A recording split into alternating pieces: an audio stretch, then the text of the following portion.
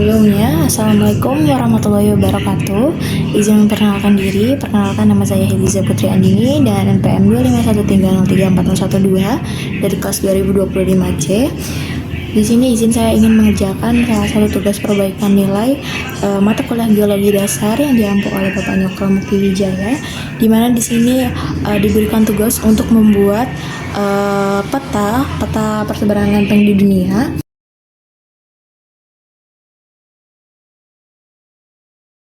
Dan berikut dengan penjelasannya, baik dari profil lempeng, arah pergerakannya, dan fenomena yang muncul. Oke, baik. Pertama, di sini saya akan menjelaskan tentang profil lempengnya dulu ya. Profil lempengnya, di sini saya akan menjelaskan beberapa lempeng utama. Yang pertama ada lempeng Pasifik. Lempeng Pasifik ini merupakan lempeng samudra terbesar dan arah pergerakannya dari arah ke arah barat laut menuju Asia, dan dia bertumbukan dengan lempeng Eurasia, lempeng Filipino, dan lempeng Indo-Australia.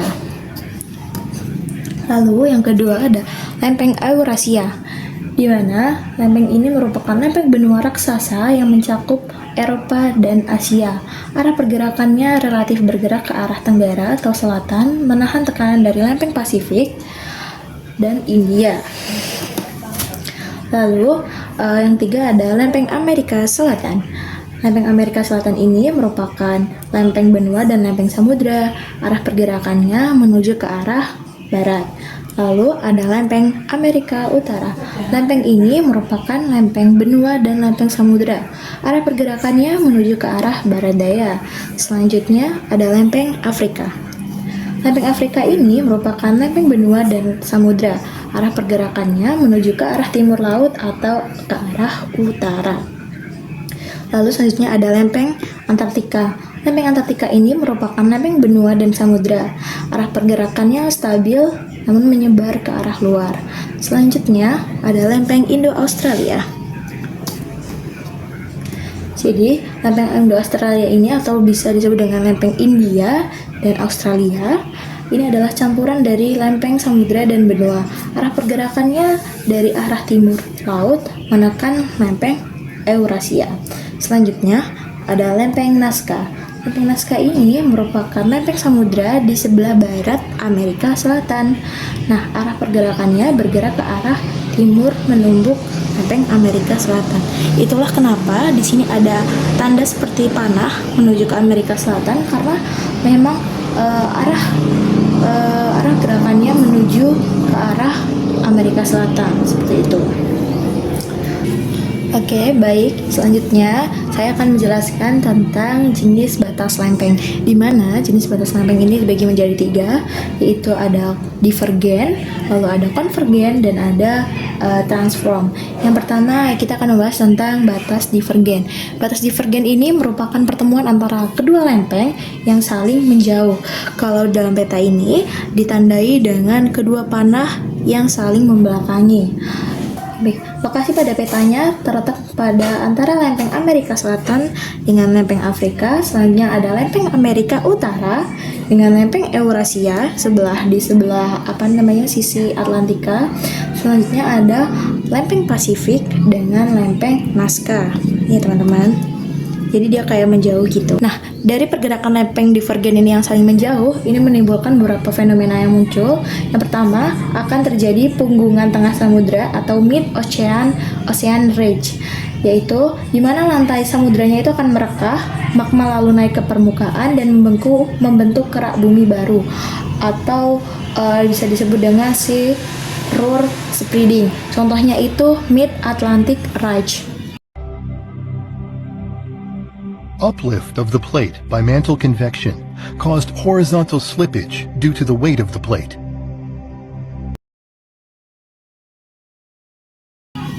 Kemudian, yang kedua, akan terjadi aktivitas vulkanik bawah laut, di mana terjadinya pembentukan gunung api di dasar laut.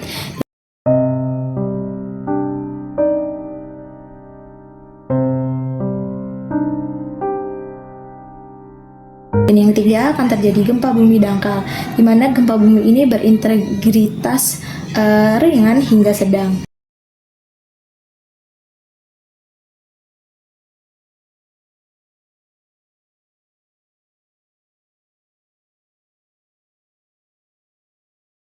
Lalu yang kedua ada batas konvergen, di mana batas konvergen ini adalah pertemuan antara dua lempeng yang saling bertumbukan, bertabrakan, seperti itu. Kalau di dalam peta ini ditandai dengan arah kedua panah yang saling berhadapan. Jadi di batas konvergen ini dibagi menjadi 3, yaitu ada subduksi antara samudra dengan benua, lalu ada subduksi antara samudra dengan samudra, dan ada kolisi antara benua dengan benua. Jadi, baik, yang pertama subduksi antara samudra dengan samudra, di mana ini nih contohnya ada di lempeng Nazca yang menabrak dengan lempeng Amerika Selatan. Ya teman-teman. Nah, dari pertemuan antara lempeng samudra dengan lempeng benua ini akan memunculkan fenomena. Yang pertama ada terbentuknya palung laut atau trench, yaitu adalah jurang laut yang sangat dalam di dalam titik penujaman. Contohnya ada palung Peruchile. Dan ada terbentuknya pegunungan vulkanik di mana magma hasil peleburan lempeng naik ke atas benua. Contohnya ada pegunungan Andes.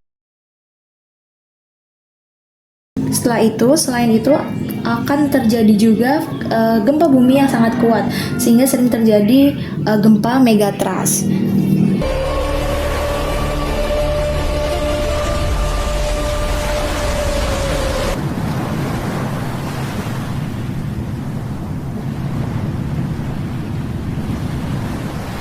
Yang kedua ada kolisi, di mana pertemuan antara lempeng benua dengan lempeng benua. Lokasi pada petanya adalah antara lempeng India dengan lempeng Eurasia.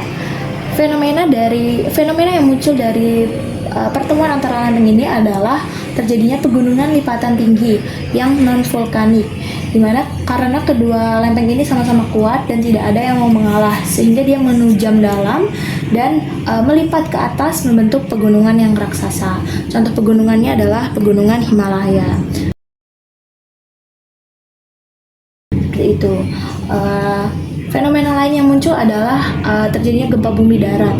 Sering terjadi gempa bumi dangkal namun merusak, seperti itu. Lalu yang ketiga ada subduksi, di mana pertemuan antara lempeng samudra dengan lempeng samudra. Lokasi pada petanya seperti di lempeng Pasifik yang menabrak lempeng Filipino atau lempeng Eurasia. Ya teman-teman, ini dengan ini. Oke. Dari pertemuan ini muncul beberapa fenomena. Yang pertama akan terbentuknya busur kepulauan gunung api atau Island Arch, di mana ini adalah deretan pulau gunung api seperti kepulauan Jepang dan Filipina. Lalu selain itu akan terbentuknya palung laut dalam, contohnya adalah palung Mariana. Oke, yang ketiga ada batas transform, di mana ini ada pertemuan dua lempeng yang saling berpas-pasan atau bergesekan. Jadi dia itu bergeser secara horizontal, teman-teman ya. Lokasi pada petanya yaitu perbatasan antara lempeng Pasifik dengan lempeng Amerika Utara. Ini dengan ini. Ini dengan ini.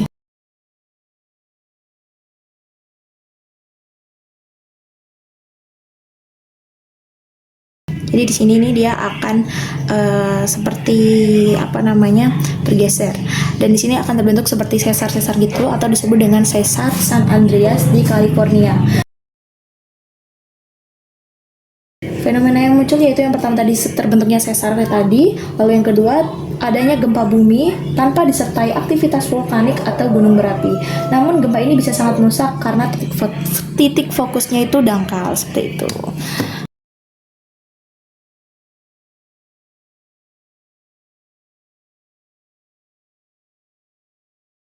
Sekian yang dapat saya jelaskan, kurang lebihnya saya mohon maaf. Saya akhiri. Wassalamualaikum warahmatullahi wabarakatuh. Terima kasih teman-teman.